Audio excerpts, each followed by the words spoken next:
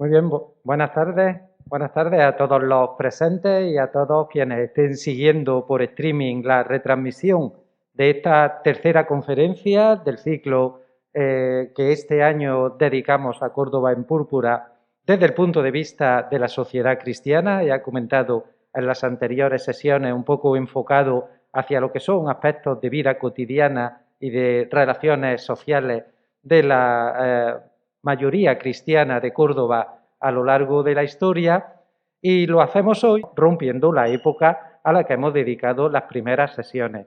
Sí, en los 2 días anteriores hemos visto justamente elementos relacionados con los orígenes del cristianismo y de la sociedad cristiana en Córdoba en época tardoantigua y en época alto medieval, es decir, en el periodo mozárabe de Al-Ándalus.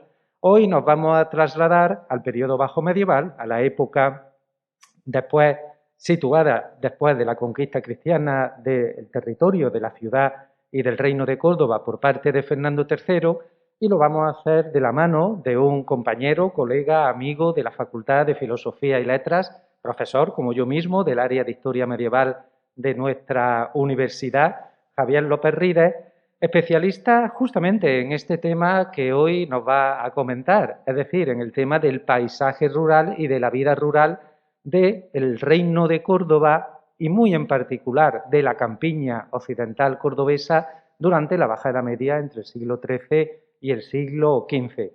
La verdad es que él tiene mucha relación no solo con el tema, sino también con la tierra, porque es santellano y por lo tanto está muy vinculado a lo que es la propia comarca que ha estudiado en profundidad, y verdaderamente es una comarca absolutamente trascendental en la época bajo medieval, es decir, en esos siglos que inmediatamente siguen a las conquistas de Fernando III y de Alfonso X en el Valle del Guadalquivir, porque, bueno, como saben todos ustedes, en este periodo, lo que es la tradición política, ¿no?, del mundo cristiano europeo y peninsular en época medieval, hubo una división territorial consistente en que numerosas comarcas, villas, lugares estaban bajo el régimen de señorial, es decir, en manos de señores particulares, de la nobleza o de la Iglesia, y otros muchos sectores del territorio componen lo que llamamos los historiadores realengo, es decir, un territorio que estaba, al no quedar vinculado a señoríos concretos, pues directamente vinculado a la corona, al rey o a la autoridad del monarca. Y la verdad es que teóricamente la tierra sobre la que nos va a comentar, o esta zona de la campiña occidental de Córdoba que nos va a comentar Javier, realmente fue uno de esos territorios de realengo, de los más importantes que están bajo el dominio de la ciudad de Córdoba en época bajo medieval y que estaba integrado fundamentalmente por las poblaciones de Santaella y La Rambla, en un territorio muy señorializado, porque realmente en esta época constituía la frontera con el Reino de Granada y evidentemente había mucha necesidad de defender ese territorio y por lo tanto muy puesto en manos de señores, ¿no?, que los Fernández de Córdoba en primer lugar, pero que todas las poblaciones importantes de la campiña estaban señorializadas en este momento, Aguilar, Montilla, Lucena, Cabra, etcétera. Verdaderamente ese núcleo de Santaella y de la Rambla, dependiente directamente del Concejo de Córdoba, es un núcleo que sirve perfectamente para ejemplificar las relaciones sociales, las relaciones económicas, la vida diaria de la sociedad bajo medieval en este territorio cordobés, ¿no?, en este reino de Córdoba, que ya digo, en todos sus aspectos lo ha estudiado perfectamente Javier. Por lo tanto, por mi parte nada más, les dejo con él y con esa interesante conferencia sobre aldeas, viviendas y paisajes rurales en el Reino de Córdoba durante la Baja Edad Media. Agradezco, como no, una vez más su presencia y una vez más la asistencia también del responsable del INTUR y del Ayuntamiento de Córdoba, don Rafael Pérez de la Concha, y por supuesto estoy seguro de que vamos a aprender muchísimo y van a disfrutar con la charla en la tarde de hoy. Muchas gracias. Muy buenas tardes a todos y a todas. Evidentemente tengo que comenzar agradeciendo el doble esfuerzo que el INTUR y por supuesto Rafael han hecho, porque todo esto estaba planificado para el mes de febrero, por las circunstancias en las que estamos, pues no ha podido ser, y nos encontramos en abril, que por ahora va todo bien, que me acaba de comentar Rafa, por lo cual a ver si es verdad que de aquí al día 25 seguimos disfrutando no solo de estas conferencias, sino también de las otras actividades. Y por supuesto, como bien ha dicho Ricardo, también le agradezco a él no que me invite, porque eso estaba intrínseco ya en el momento que él dijo de proponer las conferencias, porque esos ciclos de conferencias ya el año pasado hicimos uno y este año otro, sino por el esfuerzo que también él hace, con la falta de tiempo que normalmente tenemos, y más él siendo decano, por pensar en los conferenciantes, en la temática de estas conferencias y, evidentemente, por proponer no solo estas, sino otras actividades desde el punto de vista de la Edad Media cordobesa. Como bien ha comentado Ricardo, me voy a basar sobre todo en hablar de la campiña, porque realmente es una de las investigaciones que he llevado, sobre todo pues, por mi línea de investigación principal, por la tesis doctoral que hice y demás, pero también sobre todo porque hablar de la vida en la campiña cordobesa no siempre es fácil, ahora vamos a ver por qué, y además estamos hablando de la campiña en la Baja Edad Media. Nos movemos, para que los asistentes sepan más o menos en qué siglo, los siglos XIII, XV. También es verdad que cuando cojamos cualquier estudio de la Edad Media de la campiña, nos basamos siempre en la economía, en algún tema político, como ya ha hecho algún que otro autor, como Bautista Carpio, por ejemplo, centrándose sobre todo en la parte norte, pero también habla algo de la campiña, pero realmente no sabemos esa vida de la campiña, cómo se desarrolla, cómo se conforma una aldea o cómo era una vivienda en la campiña cordobesa. Antes de empezar a profundizar en estos aspectos, sí me gustaría que tuvieseis en mente de qué se conforma una aldea medieval. Este esquema que estáis viendo en pantalla no lo he elaborado yo, evidentemente. Esto pertenece a Michael Aston, que es un investigador, además medievalista británico, y él en una de sus obras, en este caso Interpretando el paisaje, la traducción del título de su libro, habla de los elementos que configuran una aldea medieval. Y en el caso de la campiña cordobesa, a través de los estudios que he realizado, viene a ser perfectamente compatible. Si veis ese círculo central, tenemos que hablar siempre de varios elementos que son esenciales a la hora de convivir o de vivir en una aldea bajo medieval. En este caso, una torre o un castillo, si es un núcleo de población mucho más asentado, para defenderse, unas casas para vivir, como es lógico, una iglesia para la fe, como ya sabéis que en los siglos medievales el cristianismo pues, es muy evidente y tenían que practicar esa fe, y todo esto complementado por unas tierras de labor, una ganadería y unos recursos forestales, unos recursos naturales. Y fuera de ese círculo tenemos unos caminos que nos llevan a conectarnos directamente con otros asentamientos, a veces, como veis arriba, más pequeñitos, más austeros, y en la otra parte, pues, con un castillo, una fortaleza que demuestra una solidez poblacional. Si esto lo vamos a trasladar a la campiña cordobesa, esto es parte de, he tenido la suerte de publicar recientemente una monografía sobre esto. Esto es uno de los mapas que tengo en la monografía, he hecho una captura porque es mucho más amplio, pero aquí lo que a mí me gustaría destacar es sobre todo, si os fijáis, si más o menos se ve, en cada uno de los nombres de esos núcleos de población, en todos se puede identificar una torre, unas casas y sobre todo una parroquia. Además de eso, los caminos que conectan unos con otros y, por supuesto, cada 2 o 3 núcleos de población una fuente de agua para abastecerse. Ahora después vamos a ver algunos ejemplos, tanto arqueológicos como documentales. Y, sobre todo, tener en cuenta que, como es evidente y sigue sucediendo a día de hoy, la campiña, la parte meridional de la provincia de Córdoba, es mucho más poblada que el norte.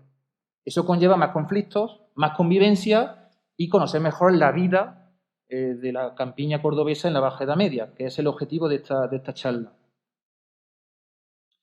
Bien, de manera más o menos resumida, muy sintetizado, aquí podéis ver más o menos de más solidez a menos los núcleos o la tipología de núcleo de población que he podido identificar en la campiña, para que ahora cuando hablemos de esa convivencia que tienen, podáis comprender mejor qué se siente vivir en la Edad Media con un vecino de una aldea o de una villa. Fijaros que las villas y castillos están también ordenados, en cierto modo, por una centuria, siglo XIII, que es el más antiguo, siglo XIV. Vais a ver que conforme ascendemos en la cronología aparecen más núcleos de población. En el siglo XIII, como bien ha dicho Ricardo al principio en la presentación, una de las villas por excelencia de la campiña, no es porque sea santellano, fue Santaella, porque en la documentación se muestra que es una villa realenga muy importante junto con la Rambla posteriormente, pero en ese momento la Rambla aparece como aldea, pero fijaros que hay muchísimas más aldeas, según unos núcleos de población mucho más dispersos, diseminados por la campiña, muchos villares, caseríos, casas, torres, chozas, cabañas y cortijos. Aquí hago un matiz, para que después cuando hable un poco de casas en cortijos, hasta el siglo pasado, supongo que casi todos los que estamos aquí presentes conoceremos que en los propios cortijos se ha estado incluso rezando, comiendo y viviendo. Eso no es otra cosa que el resultado final de ese desarrollo poblacional que venimos viendo desde la antigüedad, en la época romana, de una villa, si me queréis apurar, una villa romana, cuando pasamos ya a época visigoda, época islámica, el cristianismo, ¿no? Siglo bajo medieval en lo que estamos, hasta hoy día, ese cortijo es fruto de esa consecuencia final del despoblamiento de un núcleo de población anterior. Y hasta hace poco lo hemos tenido. Por eso, ahora cuando veamos la referencia, aparecen muchas casas de siempre una tipología, porque es rural, asociada a ese poblamiento disperso. Siglo XIV, veis que ya aparece Montemayor en la documentación que he consultado, y por supuesto, si nos vamos ya al siglo XV, pues fijaros, los nombres pues, se triplican. Ya aparece Montalbán por ahí, aparece la Rambla entre Ardea y Villa, por eso están los dos lugares, aparece Guadalcasa ya como Villa también, la misma Fernán Núñez, que hasta el siglo XV no se considera realmente villa. Y sobre todo abajo vais cortijos, porque muchos de estos núcleos de población acaban siendo más débiles por diversas circunstancias, entre ellas, pues ya sabéis, ese negativo siglo XIV con epidemias, crisis, sobre todo también económicas, de cosecha y demás, y provoca pues, que nos quedamos con menos poblamientos consolidados. Normalmente, cuando hablamos de casas, yo he localizado dos casas muy importantes según el tipo de poblamiento. Cuando hablamos de esos núcleos de población que están muy dispersos por la campiña, que no tienen una solidez fehaciente a lo largo de los siglos según una documentación escrita que se ha consultado, siempre se habla de casas pajizas, y casas que se hacen pues, con techumbre vegetal, con ramaje y demás, y en la referencia que os traigo aparecen muchos ejemplos. Fijaros, en 1465, Pedro de Mesa, que es el dueño de un cortijo que eran los Caños de Almoclín, Almoclín era una antigua aldea árabe que está al norte de la Rambla, hoy día es Cortijo del Caño, entre Fernán Núñez y la Rambla. Cuando él entra, tenían por costumbre siempre hacer alguna seña de identidad, hacer algún acto para demostrar que es el nuevo propietario de esa tierra o de esos bienes. En este caso, cuando Pedro de Mesa entra, si os fijáis en la última línea, dice que cerró y abrió las puertas de las casas pajizas. Y después, al final del documento, se habla de que llegaban las casas hasta el camino de Fernán Núñez. Está hablando de que hay un poblamiento muy disperso, pero que llega hasta la otra villa. Y aquí estamos hablando de los Caños, que eran realengos, con Fernán Núñez, que era, en este caso, señorial. En 1471 tenemos otra referencia donde Alfón de Córdoba, hijo del famoso obispo que todos conoceréis, Pedro de Solier, son dueños del cortijo del Garabato, que a día de hoy sigue existiendo, que se sitúa entre la Quijarrosa, la Rambla y Santa Ella. Y aquí, cuando hace su hijo, Alfón de Córdoba, acto de presencia para decir que es el nuevo dueño, de nuevo tenemos esa referencia de que hay casas pajizas en él, que cerró y abrió las puertas y demás. Pero mucho más detallistas son las referencias que tenemos del siglo XVI. Y si bien es verdad que ahí pone 1535 y 1551, los testigos siempre se atrasan mucho porque en las referencias, porque a lo mejor hablan, como el de abajo, Juan Ruiz Flores, que tiene 74 años.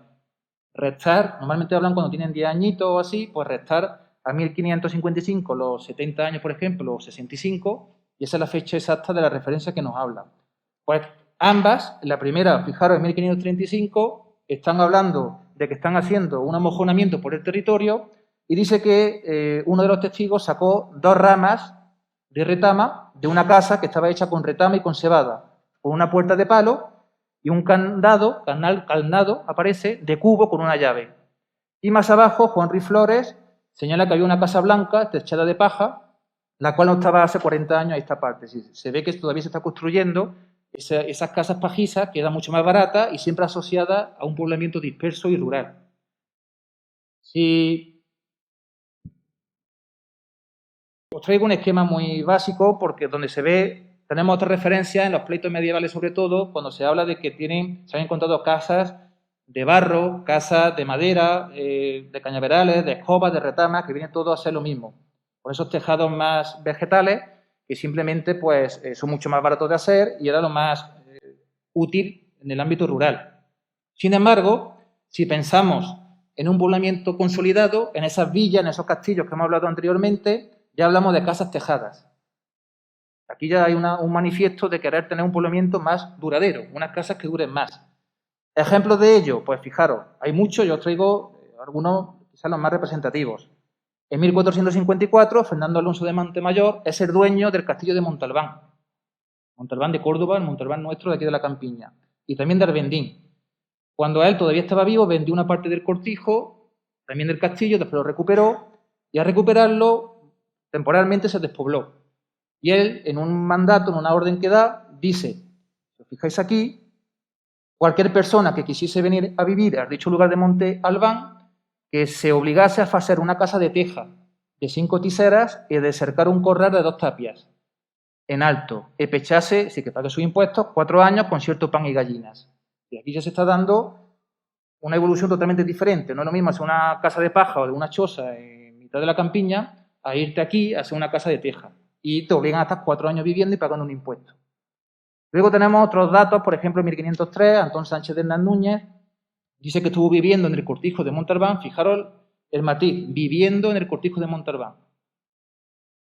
Supone que sea un cortijo, ¿no? A día de hoy, en el siglo XXI, no está viviendo ya en un cortijo. De pequeño y salió de él ya hecho un hombre, que muchos decían que había visto allí vecindad, y algunos habían vivido en aquel cortijo, y este testigo se acuerda, siendo pequeño, que vio casas en él de teja. Ahora he dicho casa en general, pero matizas de teja, y que vivían vecinos en él. Y luego, en el foro de Benamejí, en un estudio que hizo Barber de Madrid, se habla que cuando se quiera tomar vecindad en esa villa, están todos obligados a edificar, a labrar casas tejadas con sus cimientos de piedra, de 16 tejas a lo menos, y tapias mezcladas con cal suficientemente. De nuevo tenemos la idea de tener un pueblo bien asentado y que perdure en el tiempo. También hay algunas referencias, muy poquitas, en el que se nos habla de esos elementos que hemos dicho anteriormente, de qué se conforma una aldea, en este caso. Aquí os traigo una referencia de las más completas que he podido encontrar. Esta pertenece al Archivo Histórico Nacional de la Nobleza de Toledo, donde en el siglo XIV se hace un repartimiento de una aldea a medio despoblar. Y aquí se hace un reparto y según la parte en la que vayan, aparecen unas casas u otras, aparece un horno o aparece una torre. Por ejemplo, en la asa de la atalaya ya está manifestando de una torre vigía, de la Membrilla, porque esta foto que estoy viendo abajo es del cortijo de la Membrilla, actualmente la Campiña también, donde hay unas casas. A otra persona le tocó 4 asas que van a través de esas casas, fuera de ellas. A otro le tocó una torre, las casas y el corral que fincan partidos y que están delimitando esa aldea. Y a Juan Pérez le tocó la casa del arco. No sabemos qué funcionalidad tendría, pero bueno, se identifica por ese arco. Y por encima también está la mitad de la otra torre, la que está pegada a un horno. Sí. Aquí estamos viendo los elementos que hemos visto al principio, que necesitan la torre, una iglesia, un horno para, evidentemente, comer, hacer su pan, y las tierras para labrarlas. También en ese mismo archivo encontré numerosas ventas y donaciones de Abencales, esa aldea desconocida en el norte de Fernán Núñez, que fue el precedente de lo que fue después Fernán Núñez, o lo que es hoy día Fernán Núñez, y muchas de esas hablaban de nuevo de casas pajizas, pues se trata de una aldea bastante débil, que no estaba consolidada en el norte, en este caso entre Córdoba y Fernán Núñez, en el norte de Fernán Núñez, y a través de las diferentes referencias y delimitaciones se pudo encontrar que estos vestigios que aparecieron 10 años antes de hacer yo la investigación eran 7 u 8 cuerpos árabes mirando hacia la Meca, unos hilos almohades y esos vestigios cerámicos de ese color melado típico cristiano, ¿no?, de la Baja Edad Media, coinciden con esas referencias que nos daban los documentos. Y evidentemente fue gracias a esa delimitación, a esos topónimos, y de nuevo al hablar de casas pajizas. Y no se hablaba de cortijos, se hablaba solamente de lo que solía ser una aldea. En ese momento ya no lo era. Vivas en una casa pajiza o viva en una casa tejada, la vida de la campiña no era fácil. Evidentemente tenían sus rencillas, como nosotros tenemos a día de hoy con nuestros vecinos. Por ejemplo, el mismo Consejo de Córdoba no le gustaba que hubiese tanto poblamiento disperso en forma de cabañas o de chozas. En una ordenanza de 1493 habla de que todo lo que hicieran chozas o cabañas en la tierra realenga de esta ciudad, que no la pueden tener ni poseer más de medio año. Si después de esos 6 meses la siguen teniendo, se tenían que derribar y quemar, porque eso causaba mucha conflictividad, como después veremos. Y en 1516, de nuevo, en unos montes realengos de hoy día se llama Siete Torres, empezaron a romper esos montes sin permiso. Muchos vecinos, porque estaban faltos de tierras para labrarla y comer y una casa donde vivir, rompieron ese monte, hicieron tierra de labor y asentaron sus casas. Dictó una sentencia el Consejo de Córdoba diciendo que eso no era legal, un poco como hoy día, ¿no? El que construye en algo ilegal teme que en un momento dado le derriben la casa. Y aquí habla de que derrocasen y quemasen las casas y las chozas que en el dicho realengo tenían fechas, porque no era legal. Pero todos estos vecinos, además de tener que enfrentarse en su vida con esas normativas que se imponen desde el punto de vista de concejil, también entre ellos tenían sus complejidades, porque es evidente. Hernando especifica, en este caso en 1516, que sabe que había un tal Juan de Madrid, que era vecino de Santaella, y que él, este Hernando, iba con su ganado en un bardío de un cortijo de la campiña, y que de buena primera este Juan de Madrid y 4 hombres fueron en busca de él, corriendo, por mandado de una tal doña Ardonza de las Infantas, que era la dueña a priori de ese cortijo y de esa tierra, y que ellos pues decían que venían en su nombre y le quemaron el sombrajo y le tomaron una asada como prendas y le requisaron una asada y no se la devolvieron. Eso es lo más suave que puede pasar. Alonso López también dice que se acuerda que había oído decir a unos pastores de Juan de Madrid que le habían quemado un sombrajo a unos pastores. Se confirma esa hazaña. Pero luego, en 1566, Francisco Jiménez, que en este caso es vecino de la Rambla, se remonta a 1498 para decir que desde hace mucho tiempo ha visto el asiento de casas pajizas en el cortijo de Barrio Nuevo y que de ahí un juez se las mandó mudar y quitar, porque la doña Ardonza se había quejado diciendo que era tierra suya. Se quedaron sin casa estos vecinos y estuvieron mendigando hasta que vinieron a Córdoba y se quedaron aquí y se asentaron. Pero también he traído una referencia, sobre todo, como estamos en pandemia, pues viene muy bien. En 1496, la villa de la Rambla se tiene que cerrar por pandemia. Un cierre total de la villa. Entonces muchos vecinos se asustan y huyen y se asientan en los montes de la Vieja, que son unos montes muy amplios que ocupaban media campiña. Hoy día hay un reducto en San Sebastián de los Ballesteros y otro en lo que es más o menos entre Montemayor y Fernán Núñez. De hecho, el monte de la Vieja todavía se mantiene como tal en los mapas. Pues todos esos montes de la Vieja también cruzaban la campiña, parte de la Rambla de Santaella y todo esto.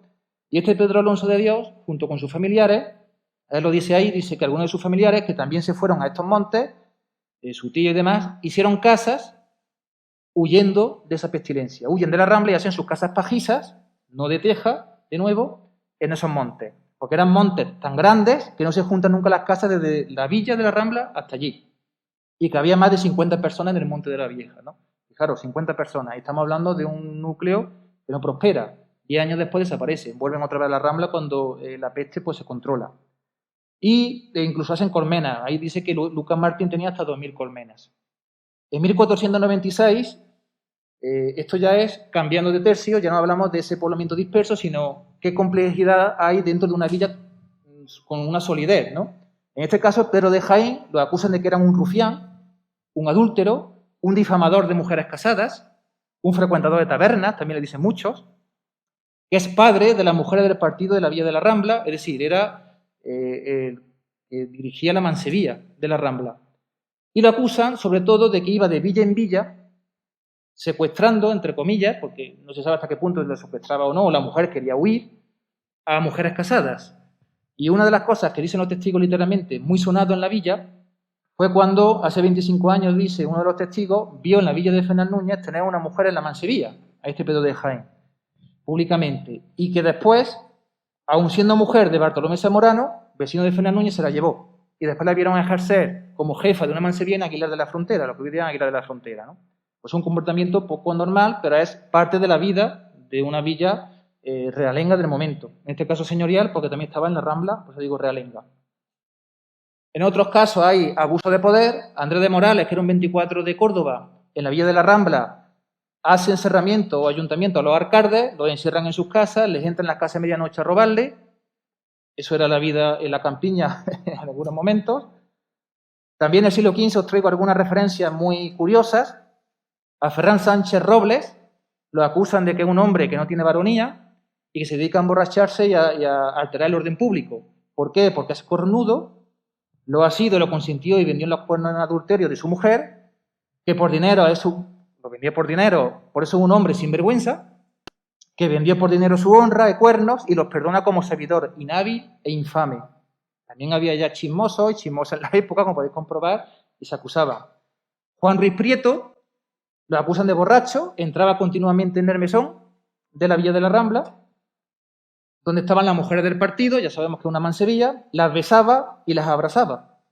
Lo curioso de esto es que después se va a Estepa, porque lo echan de la Rambla, y allí dice que de nuevo va a la mujer del partido, le echa mano de la barba, imaginarse que es la barba, y se burla con ellas. Y lo curioso de todo esto es que el hombre tiene 80 años. Bartolomé Ruiz Prieto, en este caso, dice que salió del mesón de la Rambla borracho, se fue a la plaza pública de la villa y fuera de tiento, dice que un hombre fuera de tiento, mostró su vergüenza. Se bajó los pantalones, dice después otro testigo, y empezó a reír y a burlarse y a perseguir a las mujeres de la Rambla.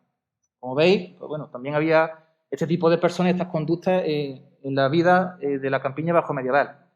O, por ejemplo, Pedro López, no sé de qué villa es, porque en el documento justo donde pone la villa está roto, pero sí es verdad que dice que Pedro López es un hombre sin vergüenza, porque estando delante de mucha gente públicamente, dio de beber a un asno por el culo vino con una taza de plata.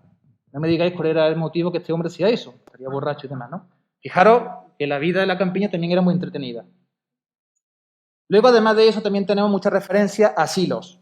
Los silos y las silerías, que lo pongo en cursiva porque es un término que aparece mucho en la documentación, habla de esos silos como elemento de una medianamente solidez de ese poblamiento en la campiña. Aquí hablamos de Diego Gutiérrez de los Ríos, por ejemplo, en el siglo XIV, cuando toma parte de sus tierras en lo que va a ser futuramente Fernán Núñez, habla de casares y de silos, asociando siempre que cuando se hacen esas casas y esos silos ya muestra que hay un poblamiento incipiente de que se va a intentar ser duradero. En el cortijo de los Pinedas, que a día de hoy es una aldea, que son las Pinedas, también aquí en la campiña, pues se habla de que cuando hacen un amojonamiento, se hablan de que van a un arroyo que pasa por bajo de los silos, y algunos dicen que tenían trigo. O en 1494, una aldea que era desconocida y que he podido descubrir, es Armocaita o Armoraita, es una aldea árabe entre Puente Genil y Santa Ella, y continuamente se habla de las grandes sileras o silerías de Armocaita, como un elemento imprescindible en ese lugar a la hora de pasar por él. Algunos de esos silos, estoy de alguna imagen por traer, son estas que estáis viendo ahí, que son de época romana, pero han sido reutilizados después en época árabe y en época cristiana, porque justo al lado está el cortijo de Ruiz Díaz, que fue también una aldea, y abajo lo que veis son, alrededor de ellos, vestigios de esa cerámica de diferentes épocas, pero que también se ve claramente bajo medieval. Junto a ese poblamiento ya hemos visto esas casas para vivir. Hemos dicho que otro de los elementos que tienen fundamentales para que prospere una aldea y la vida en la campiña es el agua, como es lógico. Ahí tenéis un pequeño mapa que elaboré en otra publicación, donde se ven los pequeños arroyos, lagunas que había en este sector de la campiña, que manifiesta pues, que hay bastante agua para vivir. Esto es simplemente para que veáis siglo XIII, siglo XIV y siglo XV, todos los cursos fluviales que se documentan en los pleitos. Desde el arroyo de Don Lucas, pasando por Torreblanca, hasta el Salado, que tenemos mucho en la campiña. Y además de eso, tenemos muchísimas fuentes o charcos, que en la época también le llamaban charcos. Sin datación, porque no nos dicen desde cuándo pueden estar construidas, pero sí están documentadas desde el siglo XIII y XIV. Tenemos la de Torrealbaén, la Alcubilla de Cortijo Viejo, Poblete, y muchas de estas fuentes tienen esa bóveda de medio cañón, esa alcubilla, que la identifica bastante bien, siempre va debajo de un manantial para abastecerse de agua. La que estáis viendo ahí, abajo, es la de Cortijo Viejo, desde época árabe está documentada, y la de arriba, la de Poblete, desde el siglo XIV la tengo documentada en la Rambla también. Si nos vamos al siglo XV, pues aparecen muchísimas más, siempre con topónimos identificando algún elemento vegetal o algo que llama la atención. Y aquí tenéis algunas referencias, os leo simplemente la del medio, donde se habla en 1493, en un amojonamiento entre varias villas, se habla hasta de 3 o 4 fuentes. La Tejonera, la Fuente del Cuerno, mientras que Gonzalo Gómez el Viejo señala que los realengos partían con camino de Aguilar desde la Encina al Águila y a la Fuente del Cuerno, a la Fuente de Rostroempaño y a la Fuente del Abad. Fijaros cuántas fuentes se mencionan en un metro cuadrado, como yo digo.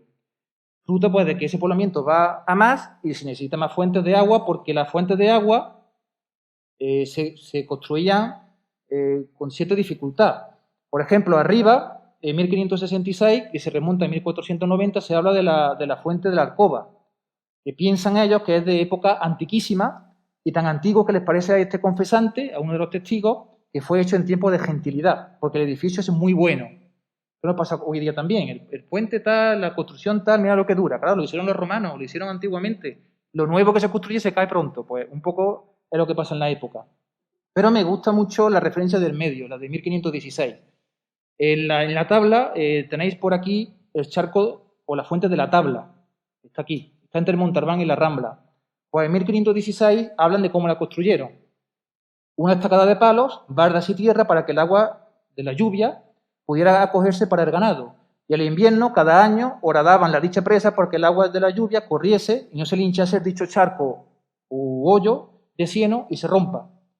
Y cada verano volvían a dar dicho estanco y se reparaba. Claro, en verano hay menos agua, pues la estancan allí.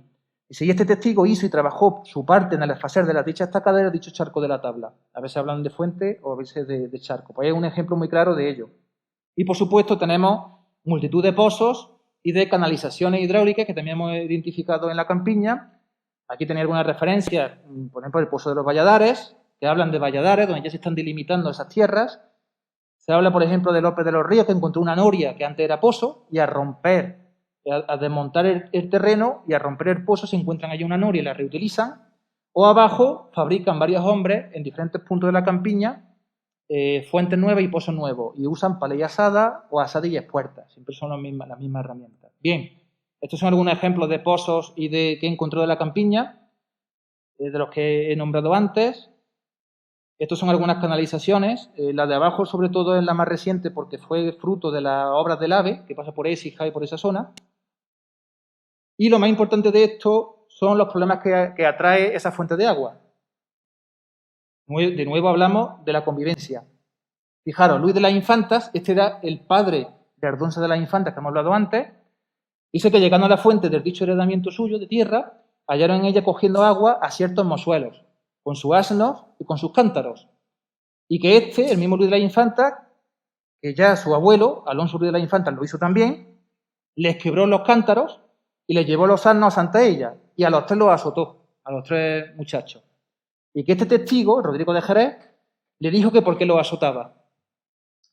Y este dijo, pues, que aquellos eran mandados a ir allí sin ser su agua. Y Luis de las Infantas dijo, lo fágolo porque a mi abuelo le alegaron posición sobre esta agua. Y que probó, con unos vecinos de la Rambla que siendo niños les habían azotado yendo por agua a la dicha fuente. Y que por esta razón a él le había azotado a estos. Porque se le acordase, que no olvidaran, cómo aquel agua se defendía por estar dentro de la dehesa, de la defensa suya. Y que este testigo lo vio en Santa Illa, cómo le rogaban por los asnos y que no se los quiso dar. Es decir, le quitó los asnos, no se los dieron, le rompió los cántaros y le azotó a los 3 niños y se fueron pues, con lo opuesto.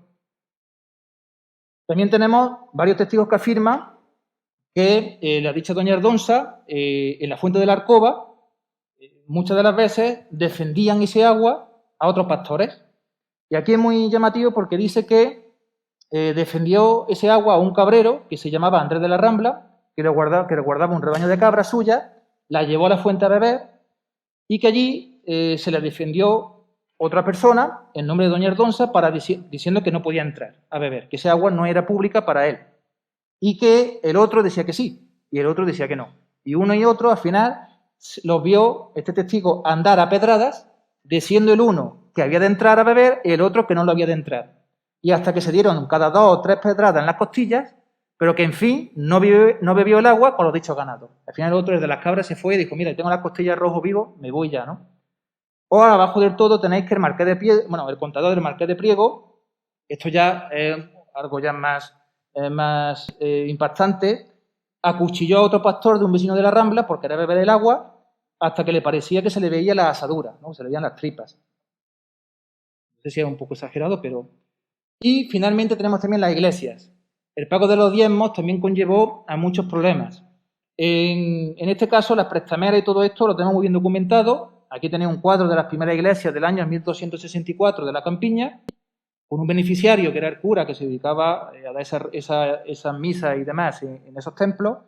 En 1272 seguimos teniendo otros cuantos de canónigos y de lugares como Abencales, Santa Ella y tal, que da igual que fuesen Ardea o no, pertenecían a un templo. Y en el siglo XV tenemos el doble. Si tenemos muchísimas más, todas esas cantidades que estáis viendo ahí son las que he calculado de lo que pagaba cada iglesia en cada año. Y fruto de que ese poblamiento tenía un culto bastante documentado desde el siglo incluso XIII, lo tenemos aquí. Esto es una de esas inscripciones que aparecieron en la restauración de la iglesia de Santa Ella, donde aparece aquí ya San Martín López, padre de Pedro López, clérigo que murió en el mes de mayo de la era de 1307, que era el párroco de Santa Ella en ese momento, ¿no? En 1269. Y luego tenemos también lo que he dicho antes, la membrilla. Recordad que hemos visto la torre, el horno y demás. Pues aquí os traigo dos referencias del siglo XIV que hablan de la iglesia de Sardea. La primera, cuando se hace ese reparto, dice en la mitad de la torre en la que estaba la iglesia, copó a Mencía Fernández Eleonora Álvarez, su hija, con una casa fondonera con un horno que estaba pegado a ella. Y en el 92 se ve que se despobló o ya no se usaba esa iglesia porque habla de que hay 2 yugadas de tierra donde están las fuentes mayores y un casal derribado que solía ser iglesia, por lo cual ahí ya esa iglesia no estaba en uso. ¿Veis? Bien, aquí simplemente lo que os traigo es un ejemplo de cómo se calcularon ellos para levantar la iglesia de Santa Marina de Fernán Núñez. Abajo del todo, bueno, aquí al principio dice que hay moradores y pueblo, pero no hay una iglesia donde hagan el sacramento los vecinos de Fernán Núñez, entonces deciden hacer una iglesia nueva.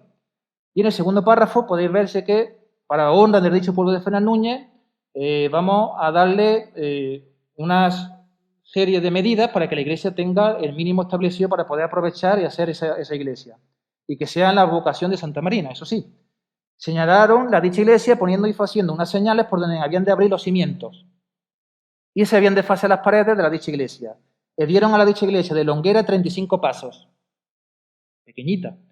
Le dieronle en anchura 20 pasos, diciendo que esas bastaban y cumplían para los moradores del dicho pueblo.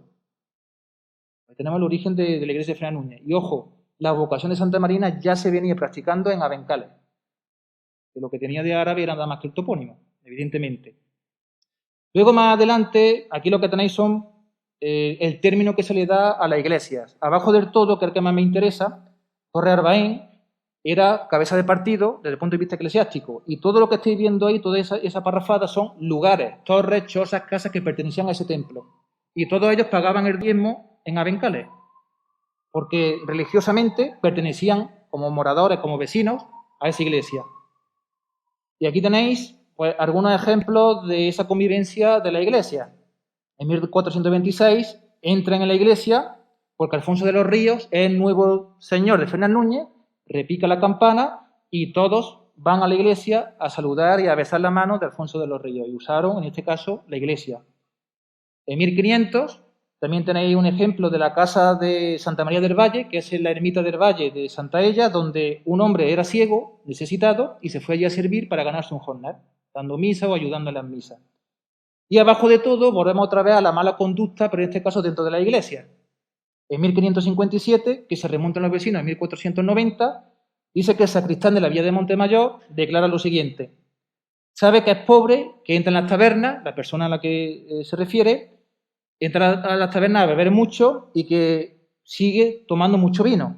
Porque estando este testigo un domingo en la iglesia de la villa de Montemayor, diciendo la misa mayor, estaba el dicho Hernando de Baena, junto a un claro que había en la iglesia, donde estaba este testigo y otros clérigos, y vomitó y echó por la boca mucha cantidad de comida y bebida que olía de vino mucho. De tal manera que quedó amortecido y que la gente allí estaba, lo tomaron del brazo y lo sacaron fuera de la iglesia, y que después de sacarlo volvió a vomitar. Porque tenía una tajada, ¿no?, impresionante. Aquí tenéis, por ejemplo, en el caso de, en el referencia de abajo, otras personas que la acusan de blasfemas, y además que lo hacían públicamente y a viva voz. Juan Muñoz de Coria, vecino de la Villa de la Rambla, fue sentenciado por la ciudad de Córdoba porque hizo blasfemias contra la Virgen de Nuestra Señora de la Consolación. Lo llamó Diego Jiménez a este hombre y le dijo que se encontraba alzando el sacramento de esta Virgen y le dijo, vamos a ver a Dios. Y este dijo, ir a vos, que yo no quiero ver al diablo. Bueno, eso en la época, imaginaros, eso era una barbaridad. Miguel de Río, cuando estaba en la plaza de Fernán Núñez, le dijo, qué buena entra esta luna. Y este hombre le dijo, cágame en la luna y en lo demás que está en el cielo. Claro, y este dijo, ya se ha cagado en Dios y en todo lo que ha pillado. Blasfemo. Y finalmente, hay muchos otros casos de este hombre. Otro llamativo es que Juan Muñiz lo acusa de hacer muchos remilgos y blasfemias, porque estando en una dehesa con su ganado, y sin venir a colación, Juan Muñoz comenzó a decir a voces, descreo de Dios, dime vos, ¿no me prometiste a mí de hacer buen tiempo? ¿Cómo no he cumplido la palabra? Y empezó pues a decir todo lo que se le ocurrió por la cabeza, ¿no? Bien, aquí tenéis más ejemplos de esto. Aquí lo que esta referencia es que se quemó y se ahorcó a un santero en la ermita de San Sebastián de Fernán Núñez porque dormía con un muchacho. Le acusaron de puto y de pederasta. Y Fernando Gutiérrez de los Ríos pues lo acusó, lo ahorcó y después lo quemó, por si acaso, ¿no? Revivía. Y finalmente, para acabar la sesión, hay que hablar también de los castillos, como hemos dicho antes, de las torres. En este caso tenemos muchísimas referencias. El castillo de Dos Hermanas, por ejemplo, lo tenemos muy bien documentado, de conflictos entre algunos pastores que estaban en este castillo. Estas son unas recientes excavaciones que hemos llevado a cabo. Las primeras las ha hecho Santiago Rodero, donde esas pesebreras que estáis viendo ahí fueron fruto de conflictos entre varios pastores que querían en el siglo XVI aprovecharlas para beber. Y, de nuevo, costillas, cuchilladas, pedradas en las costillas, cuchilladas y todo esto. De todas las torres que he podido documentar en la campiña, estas son las que están en pantalla, las más llamativas. Evidentemente, en el siglo XV tenemos muchísimas más, pero de ellas destaca Torre Arbaén, que desde el siglo XIII la tenemos documentada. Lo único que queda de la torre, lo que estáis viendo abajo, esa imagen que está en solitario en un lateral, es el cortijo. Y en mitad de todo eso están esos pequeños vestigios que estáis viendo en pantalla, que es la base de la torre con alguna cerámica asociada a ella que había allí dispersa en el terreno. Esto es Torre Arbaén, con su iglesia que hemos visto antes y con todo ese poblamiento que estaba bajo el amparo de esta torre, que era lo que los defendía. Aquí, por ejemplo, esto es un mapa que es localizado en Simancas, donde el número 9, este de aquí, representa Torre Arbaén, con su torre todavía en el siglo XVIII, a la hora de hablar de las jurisdicciones despobladas de Córdoba. La Torre de Don Lucas, que es también muy famosa y que todo el mundo conocerá, también ha sido objeto de estudio, sobre todo porque tiene unas referencias muy llamativas. En este caso, en el 92, muchos de ellos hablan en esas referencias de que los guardas no podían bajar de la torre porque no tenía escalera, se rompió. Lo que tenían era una escala de sogas, bajaban y subían por la soga. Entonces, cuando entraban a beber agua de la fuente, decían, mira, beber agua, cazar y hacer todo de la gana, porque me trae más cuenta que me robéis, que mi señor me caliente la cabeza después, a bajar y subir por las sogas, porque esto es imposible. Y luego también tenemos, muy llamativo, y esto sí que es muy de contarlo de un vecino a otro, la Torre del Puerto, más o menos localizada en Montorquera, en Nueva Cartella, donde en un pleito de 1514 se habla de cómo se construyó esa torre. Y aquí Pedro Ruiz, ballestero y vecino de Montilla, dice que la hizo un tesorero de Córdoba, abuelo del alcalde de Ferrera, vecino de Montilla, y que la madre de este testigo vivía cerca del dicho tesorero y que vio que le había dicho a su madre amasó pan para que la llevara a los maestros y peones que hacían la Torre del Puerto. Un dato bastante curioso, ¿no?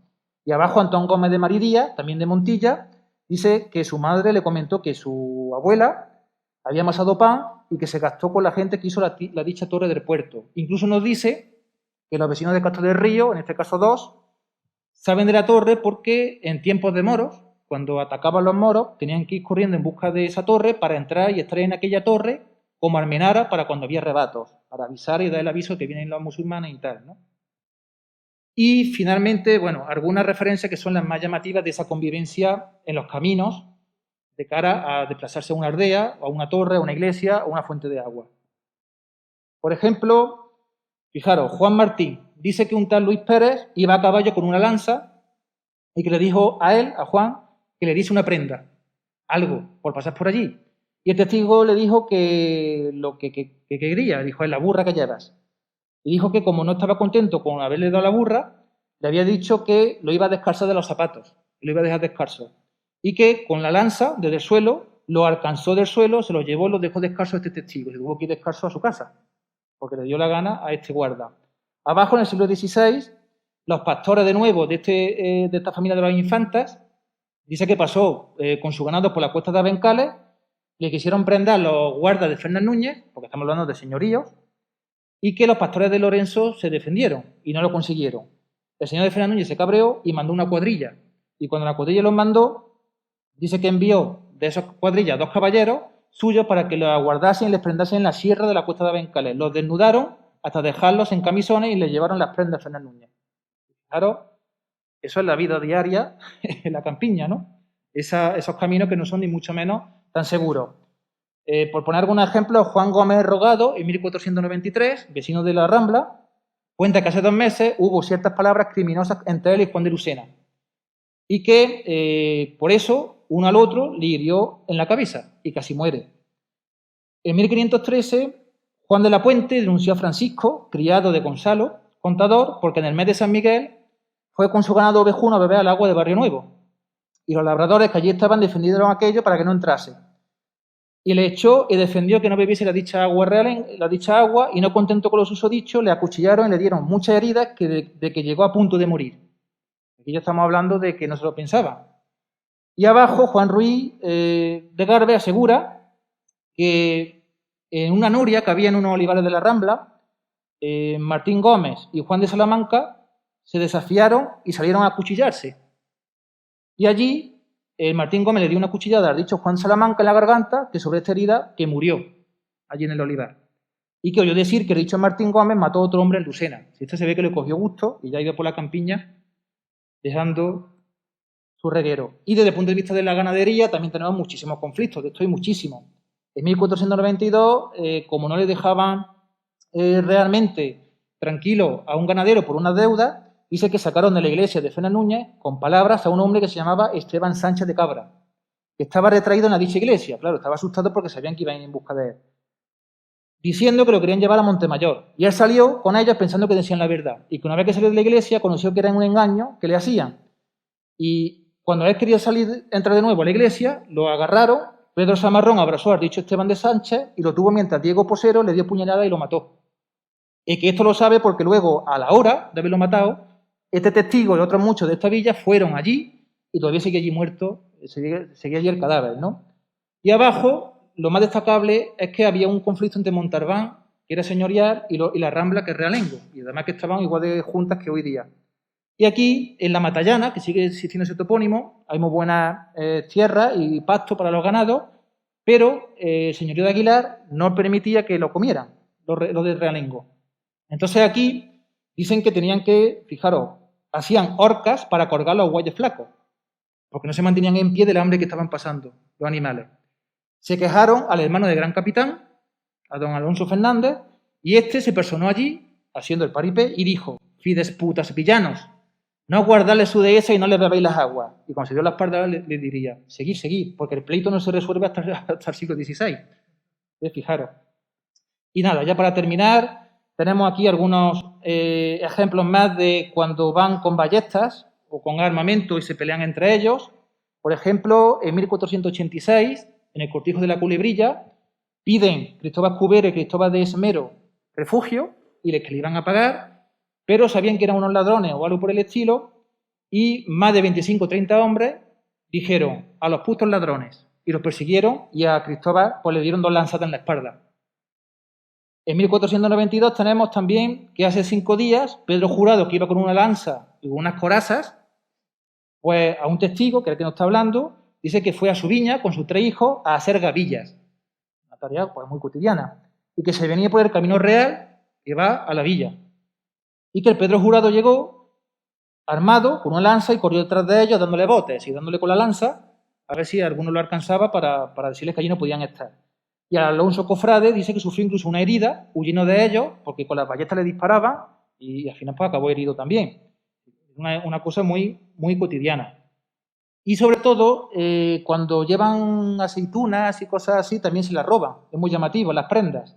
En el 92, de nuevo, Antón Ruiz Escobar, vecino de la Rambla, dijo que en el Día de Todos los Santos, que pasó del año 1524, él iba por la senda real, que va por la laguna que dicen de Montemayor, a hora de misas mayores, y venía de ver una viña de su madre, que le había rogado que fuese a ver si tenía ya aceituna, porque tenían también olivares y viñas, estaban siempre mezcladas. Y Alonso González de Carmona explica que vio a un mozo suyo, que se dice Juan, que iba a esa viña para que cogiese las aceitunas y viniendo, pues lo pararon dos hombres y le quitaron el asna, que era la burra que llevaba, y la aceituna. Y que le vaciaron la aceituna y le dieron la arda vacía. Se quedó sin nada, ¿no? Sigue la mujer, la pobre.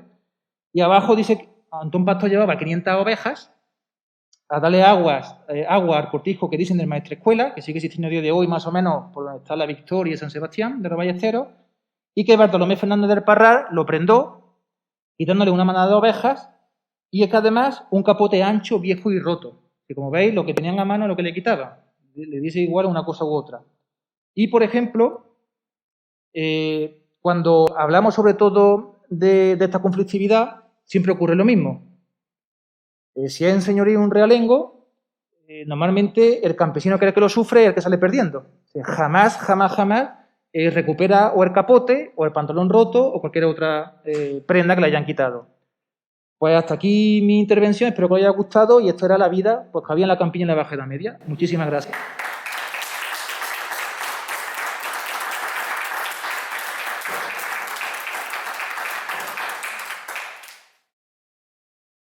Muchas gracias. Bueno, quería comentar una cosilla, y es que de todos los ejemplos que nos has puesto, que se ve muy bien la conflictividad social que aparece por mil causas, ¿no? Por mil motivos en las relaciones sociales, por temas económicos, de uso de pastos, de agua, de ganado o de mil enfrentamientos. En realidad, casi todo está tomado, ¿no? Aunque hay mucha documentación que es también muy expresiva en torno a la vida cotidiana de la sociedad de la época, pero fundamentalmente esos conflictos sociales aparecen muy bien reflejados en los pleitos. Entonces, yo creo que estaría bien que explicara un poco qué son los pleitos, ¿no? Es decir, qué tipo de documentación, qué es lo que ofrecen esos pleitos y por qué realmente se puede profundizar tanto en el conocimiento de la vida cotidiana, desde la conflictividad social, a las costumbres, a las relaciones entre los hombres y las mujeres o al papel de la mujer en la sociedad de la época, justamente a través de los testimonios que poseemos en los pleitos judiciales conservados. Sí, además que sí, es verdad que además es interesante saber qué es un pleito medieval, que evidentemente partimos de la idea de que un pleito es un pleito. Es decir, vamos a suponer que yo soy el gran capitán y vosotros sois pues de realengo, sois súbditos de cualquier monarca. Muy bien. Tenemos una de esas aquí en medio, que es realenga, pero yo la usurpo. Este es el ejemplo. Y ahora ustedes denunciáis, el Consejo denuncia y empezamos a pelearnos. Pues bien, en Chancillería tenemos la de Valladolid y la de Granada, pues aparecen unos pleitos muy extensos, dependiendo del momento y de la extensión de ese pleito, donde aparece, se refleja quién denuncia, a quién y por qué. Y ahora empiezan las pesquisas. Yo presento mis testigos, todos vosotros os presentéis como testigos también porque habéis vivido la conflictividad, y todos los demás, pues algunos son también evidentemente pagados para que digan lo que tengan que decir y demás, y en el pleito, esos pleitos que son manuscritos, unos libros muy grandes, porque por cada hoja, a cada testigo le preguntan 30 o 40 preguntas perfectamente, y siempre la misma estructura es: yo soy Javier López, tengo 34 años, soy vecino de Santaella. A la primera pregunta digo que conozco a Rafael y a Ricardo porque tal, y al otro lado conozco a Gran Capitán porque tal, no sé qué, la de esa de Gran Capitán. Sí, yo me acuerdo porque allí tienen sus labradores. Y ahora, no sé, Juan Varela, pues como testigo de realengo dice: no, yo soy Juan Varela, tengo tal edad, tal. No, yo soy vecino de Córdoba, yo viví allí en la Rambla y yo vi que esa de esa no, esa de esa de realengo. Pues claro, la verdad es que esos pleitos tan extensos, al final muchas veces no tienen incluso una resolución, porque se quedan perdidos o no se han conservado o no llega realmente a haber una resolución, porque cuando se va a dar esa sentencia, vuelve otra vez otro conflicto y ya empiezan las cuchilladas, entonces viene una denuncia detrás de otra. Entonces, esos pleitos bajo medieval en realidad lo que hacen es recoger lo cotidiano del momento, porque los que declaran son vecinos que viven allí, en primera persona, y dicen lo que han visto. Por eso, yo he traído cosas muy generales de alguien que ha sufrido una violencia, una conflictividad social, pero también hay referencias a enfermedades, o a insultos, o a casamientos, y todo lo que os podéis imaginar, porque eso sí es verdad que ocurre como con los mayores. A más edad, más rica la información. Porque hay personas con 90 y 100 años que están quebradas, no han ido a la ciudad, no han venido aquí a declarar, por ejemplo, ha ido el juez de términos allí a su casa, y son unas declaraciones que son 20 folios nada más que de una pregunta. Porque empieza el hombre a hablar y hablar y hablar, te da unos detalles y una información muy buena. Si eso lo complementamos con protocolos notariales, donde están las compras y ventas, también los matrimonios, la herencia y otra documentación muy diversa de la nobleza, como os he enseñado, pues se permite rastrear en cierta profundidad la campiña. No es fácil porque está todo muy disperso, eso sí es verdad, pero en primer término los pleitos medievales son esenciales para esto. Por eso, como dice Ricardo, un pleito, si no se conoce, tenía que haber traído una imagen.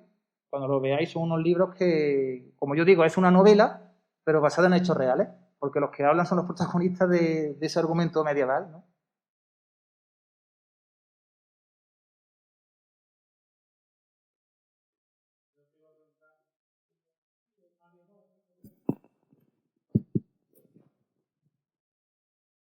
Hola, yo te quería preguntar un par de cosas relacionadas con los núcleos de población. Ha hablado al principio, más o menos, ha hecho la distinción las villas, las aldeas, los cortijos, las torres.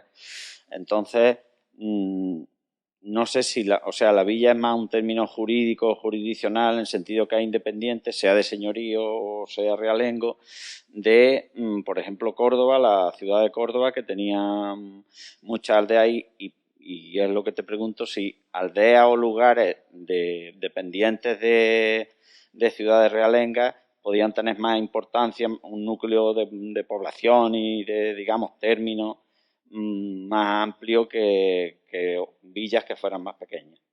Eso por ahí, y ya te hago la segunda. Vale. En cuanto al término cortijo, yo de alguna documentación que he manejado en la provincia de Jaén, el término cortijo me ha venido vinculado a aldeas con su cortijo, como una pequeña fortificación en aldeas a lo mejor de 100 vecinos, algo así, para refugiarse, supongo yo, ante cualquier cosa unos días, de tanto los vecinos como el ganado y demás, asociado al núcleo de población. Incluso pienso yo que a lo mejor eso ha derivado a los cortijos ya sin casa, sin ser núcleo de población y solo con el recinto cortijo asociado a una torre. Uh-huh. Que es más o menos lo que tú has venido a decir. Sí. Efectivamente. A la primera pregunta, en principio no es fácil porque no tenemos realmente un censo de población, una normativa que diga, oye, si tienes más de 50 vecinos eres villa, si tienes 10 eres aldea. Pero sí es verdad que leyendo toda la documentación de la Corona de Castilla, porque yo me he centrado evidentemente en la Corona de Castilla, casi siempre coinciden que con menos de 10 vecinos lo llamaban como un despoblado, como algo yermo, pero realmente no está yermo. Hay unas pequeñas casas, un mínimo de habitantes, unos vecinos, que están allí conviviendo y siguen pagando tanto diezmos como los demás impuestos, ¿no?, a la corona. Cuando se habla de villa, lo he puesto en la cúspide porque estamos hablando que son los lugares de población más consolidados y que el mismo Consejo de Córdoba, en el término realengo, lo identifica como las villas más importantes, donde tiene además unos oficiales consejiles, un escribano, un alcalde y tal, que responden en muchos casos a Córdoba. Claro, las aldeas, las villas, los casares, esto tan disperso, es muy difícil de controlar. Entonces, hay ocasiones en que la Rambla, por ejemplo, aparece como aldea, en la documentación dice aldea de la jurisdicción de Córdoba, y otras veces como villa. Se ve que hay como un intervalo en el que en un momento dado, por una jerarquía, como ocurre a día de hoy, si tienes X habitantes eres aldea, si no eres villa, si eres pueblo, si no eres nada, ¿no? O algo así es lo que yo he identificado, con mucha dificultad. Porque en muchas ocasiones te dice una torre con casa. Una aldea, una torre con casa. ¿Cómo identificamos eso? Un casar con torre. O un grupo de chozas. Eso es muy complicado de saber, ¿no? Entonces yo lo que he hecho es, lo consolidado son villas, lo que está entre muy débil con evolución a ser más consolidado como una aldea es aldea, porque muchas de ellas pasan a villa, caso de la Rambla, en el caso de Fernández Núñez también, aunque sea señorial, también ocurre eso. Ahí no hay una diferenciación entre señorío y realengo, ¿no? Esa evolución he visto que está en los dos lados. Y luego muchas torres pasan a formar parte de una villa y ya esa torre se desaparece y se convierte en castillo, caso de Fernández Núñez, que de hecho en el siglo XV siguen construyendo torres para defender el perímetro. Y en otros casos, pues la torre de Pascual de Oreja, que era una torre desconocida de la campiña, que era del cortijo de la Montesina, tenía sus silos, su vivienda, su torre, pero cuando se despuebla, ya en el siglo XV, se queda la torre vacía. Y a todos dicen que allí hay un trozo de mampostería, ¿no? Un trozo de piedra que solía ser torre. Entonces, nunca ha llegado a evolucionar. Entonces, era una torre con casa que se ha quedado en nada. Y algunas torres con casa, si no han evolucionado bien, se ha podido quedar en una simple cortijada, que ha llegado hasta el siglo XVIII perfectamente, pagando sus diezmos y demás, y otras pues han desaparecido por completo. Entonces, claro, la terminología es muy complicada, porque no podemos tener una definición exacta de un casar, de una choza y demás. Entonces, yo sí he usado un término que es verdad que me ha traído mucha polémica con algunos historiadores que también tocan la parte medieval del paisaje y demás de aquí de Andalucía, porque yo lo he llamado a todos los núcleos de población que desaparecen de las fuentes documentales, lo he considerado despoblados. Porque si la fuente escrita no me lo menciona, es que no existe. Y a estos que aparecen de buena primera y no se les nombran aldea o no se les nombran villa, he dicho que son despoblados habitados. Para la normativa de la época, la documentación es un despoblado, pero está habitado, hay un mínimo. Y hay gente, no sé, Almenara, allí en Palma del Río, en el siglo XV aparece con 2 habitantes, 2 vecinos. Dice, el lugar, ya no hablan ni de villa ni de nada, el lugar de Almenara que está despoblado. No es verdad, hay 2 vecinos que están contribuyendo, ¿vale? Entonces ahí sí es verdad que, resumiendo mucho, la villa por excelencia es lo más sólido. Y luego ya a partir de ahí, dependiendo del desarrollo de cada núcleo, podemos tener más villas o no, ¿vale? Y eso sí es verdad, y coincido contigo ahora, enlazo con la segunda pregunta, con el tema de los cortijos. Como he dicho antes, claro, fíjate, en el siglo XIII, de hecho hay un par de artículos de Jaén que he leído de que muchos de esos cortijos en la frontera se utilizaban como elemento defensivo con su torre para refugiarse, que creo que es lo que me has comentado, ¿no? Pues claro, es que eso era lo más normal. En la frontera, en el término de Santalla de la Rambla, cuando está con la frontera tan cercana, tenemos el cortijo de la Torre del Maestre, donde un maestre estaba allí con su torre defendiendo la línea de frontera, la torre del puerto que he hablado antes también. Es que era lo más habitual, ¿no? Quizás por eso muchas de esas torres tienen sus casas, ¿no? Hace falta que haya allí gente para defender esas torres. Fijaros en la referencia de la torre del puerto, que los vecinos de Castro del Río estaban pendientes, 2 vecinos. Oye, que vienen los moros, vamos a avisar. Y ya hacían la señal. Entonces, el cortijo, yo creo que el término cortijo se ha usado evidentemente como elemento económico, sirve para eso, pero previamente ha sido como recurso defensivo y también como poblacional. Siempre dentro de una aldea ha servido como centro neurálgico junto a una torre, junto a una iglesia. Y luego ya yo creo que con la connotación que le damos a día de hoy económica, se ha basado sobre todo ya del 18, del 19 para acá, cuando ya ha empezado a bajar esa importancia y los últimos momentos han sido ya en los años 80, que yo creo que ni eso del siglo pasado, donde ya es verdad que mis abuelos sí me han dicho que han estado, por ejemplo, trabajando en un cortijo y allí han rezado y allí han comido, incluso han hecho noche. Y hay algunos vecinos de la Rambla que me han dicho que en el cortijo de Fuencubierta han aprendido a leer y a escribir incluso sus hijos.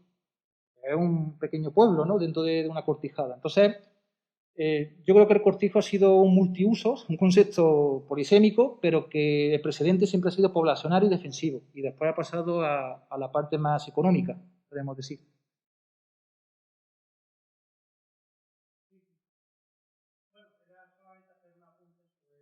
Hacer un apunte sobre los pleitos que preguntaba Ricardo, o que ha dicho, y el ejemplo que ha puesto tú, un pleito de tierras, ¿no?, de las lindes, que normalmente con el juez de términos pues, más o menos quedaba sentenciado, casi. También había pleitos más pequeños, como usurpación de viviendas o de robo de mercancías, o de género, que podían hacerlo dentro de las ciudades. Pero, bueno, eso era un apunte simplemente. Esos son pleitos mucho más pequeños, no tan grandes como los de los límites, los de términos. He visto que hay la toponimia de toda la comarca que has estudiado, veo que hay nombres, por supuesto, nombres que provienen del árabe, nombres, muchos castellanos, que son origen del patronímicos del conquistador o de la devoción de la zona, pero otros nombres no tienen, no le encuentro yo origen y tal. ¿Hay algún estudio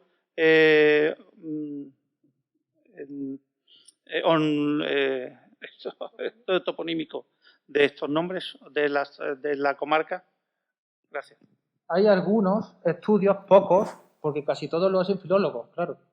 Entonces, los topónimos que yo no he llegado a encontrar, porque digo, bueno, esto en realidad casi todos son, como bien has dicho, conquistadores, pero en porcentaje prerromanos, el origen prerromano es el que abunda.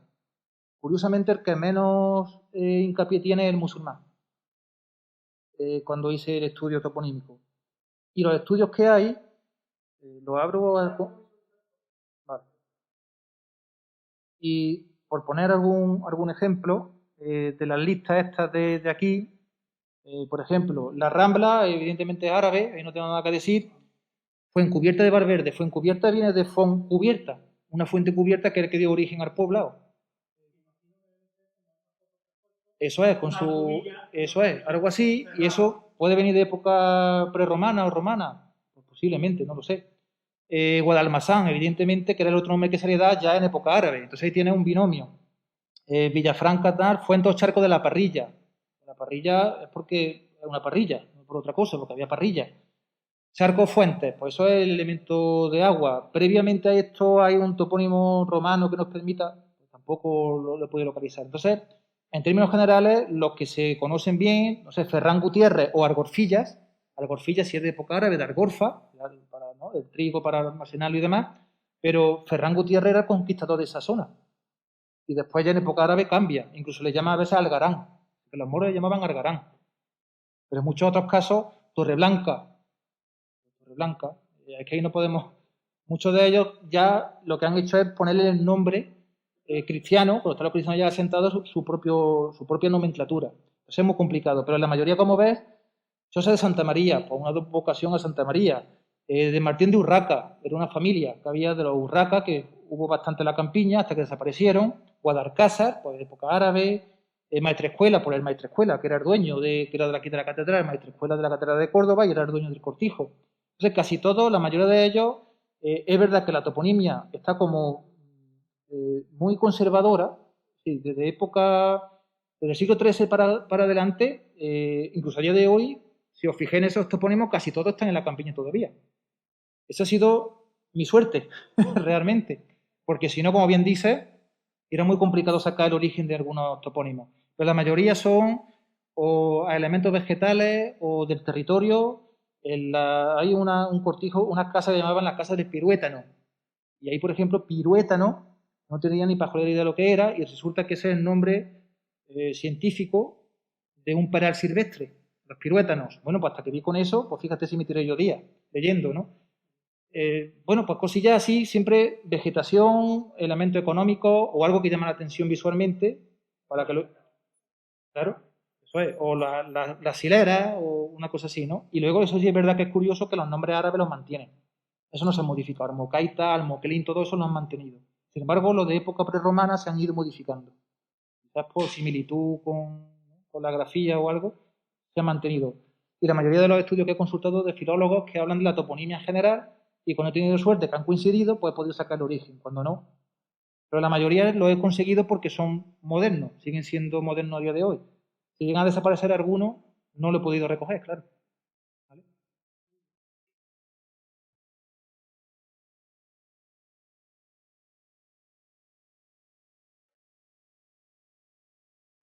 En relación con las hileras, con las alcubillas, con todo eso que bastante de ellos ha identificado, ha localizado, ¿había hecho bien con ayuntamientos, con cultura, lo que sea, para incluirle un inventario y tratar de hacerle alguna protección genérica, que no estén en fin, no es que estén abandonados, que están ahí de toda la vida, están abandonados y bueno, y a lo largo de los siglos van desapareciendo o se van enterrando. Entonces, ya que lo estáis identificando toponímicamente y en su caso físicamente, pues no sé si ese proceso de inventario, de catalogación y de protección se está llevando a cabo. A ver, se está haciendo a medias. A ver, te comento. Ya mucho antes que yo fuese incluso boceto de investigador, Ricardo ya publicó un libro, el libro de las fuentes de la provincia de Córdoba, que hizo. ¿En qué año fue, Ricardo, más o menos?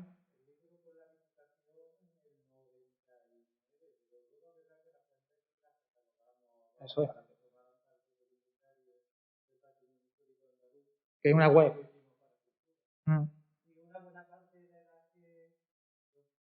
Una buena parte de las que aparecen citadas y que se ha documentado que existen ya desde la Baja Edad Media están recogidas en ese inventario, ¿no? O sea que esto sí está en la base de datos del inventario del patrimonio histórico andaluz. Luego hay alguna que no está, claro, porque es verdad que se documenta en esta época, pero hoy día, pues no sé, las fuentes son un elemento muy cambiante y ya no quedan restos de ellas. Y imagino que una buena parte del patrimonio de lo que respecta a torres de cortijo, a fortificaciones o restos arqueológicos, está también inventariado, ¿no? Yo me imagino que sí, aunque conozco menos el tema. Sí, muy poquito. Bueno, lo que he dicho antes, de las torres que hemos visto, pues, salvo la del Pascual de Oreja y algunas sí que otras, las demás están todas ya identificadas. En algunas existen vestigios, en otras no, pero en el patrimonio inmueble y tal de la Junta está en la web recogido. Luego es verdad que en otros casos hay información que se ha actualizado con esta investigación que estaba interpretada de otro modo, como en Cales, por ejemplo, o el Castillo de Dos Hermanas, que se tenía una interpretación errónea de que se despueblan porque se van a vivir a Montemayor en el caso de Dos Hermanas y de Abencales a Fernández Núñez, cosa que no ha sido así. La documentación ha demostrado que no. Que se van ya pues porque ven que allí se va a vivir mejor, pero no porque lo agobiaran y lo acusaran de que os venís o despoblamos esto. No es así, ¿no? Pero salvo eso, la mayoría de ese patrimonio sí. Y también es verdad que en el caso de silos y eso, de eso sí es verdad que no hay nada. Porque en realidad en la campiña es muy complicado. Porque casi todas estas referencias y estos vestigios están en mitad de la campiña. Cada propietario tiene olivos, otro tiene otra cosa. En muchos casos de esos pozos he pedido permiso para poder entrar y verlo, y hasta que no he dicho que soy un investigador, que no soy un arqueólogo, que no voy a expropiar, ¿no? Y esas cosas pues no me han dejado realmente, digo, oye, que yo esto es una investigación, que yo esto es investigar, que yo no quiero. Entonces se tranquilizan porque siempre tiene ese temor, ¿no? Lo típico, esa idea de que como vengan me quitan, y eso es muy complicado. Entonces, si hay algún vestigio así que esté oculto, como algunos he ido y no he visto nada. Si hay algo, a lo mejor se han asustado y me han dicho que no hay nada y a lo mejor hay. Entonces eso es muy complicado de registrar. Pero las fuentes, los molinos, muchos molinos, norias, torres, cortijos, de eso sí hay mucho recogido ya. Falta por recoger alguno más, pero digamos que el 90% de ellos están ya catalogados. Y está online, que es importante también, que se puede consultar fácilmente.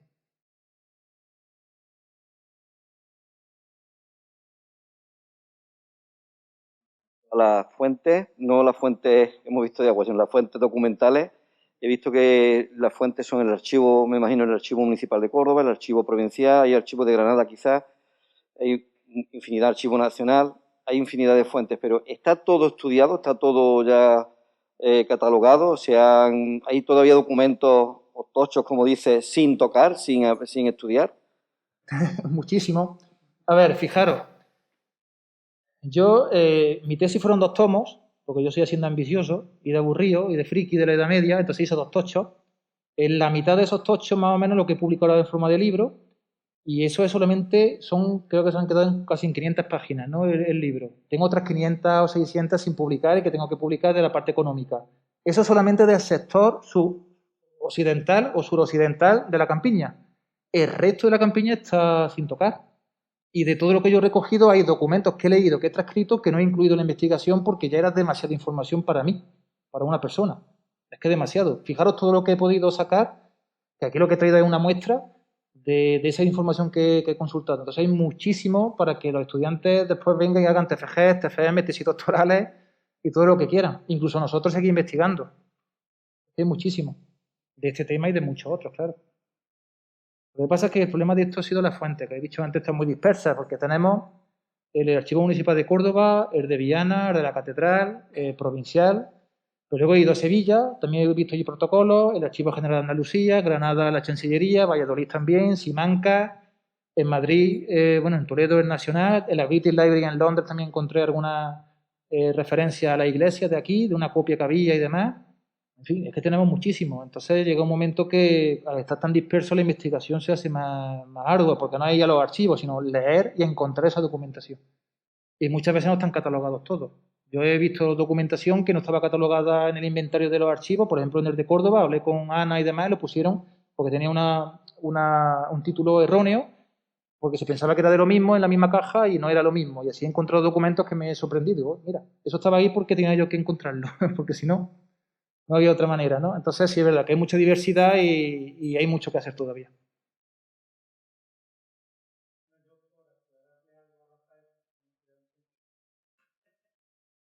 Por aclararle algo a Rafael, decir que cualquier legajo, cualquier documento que se estudia, depende del interés del investigador.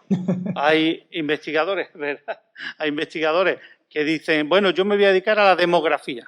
Entonces estudia que fulanito de 20 y tantos años tiene un pleito con menganito de 30 y tantos.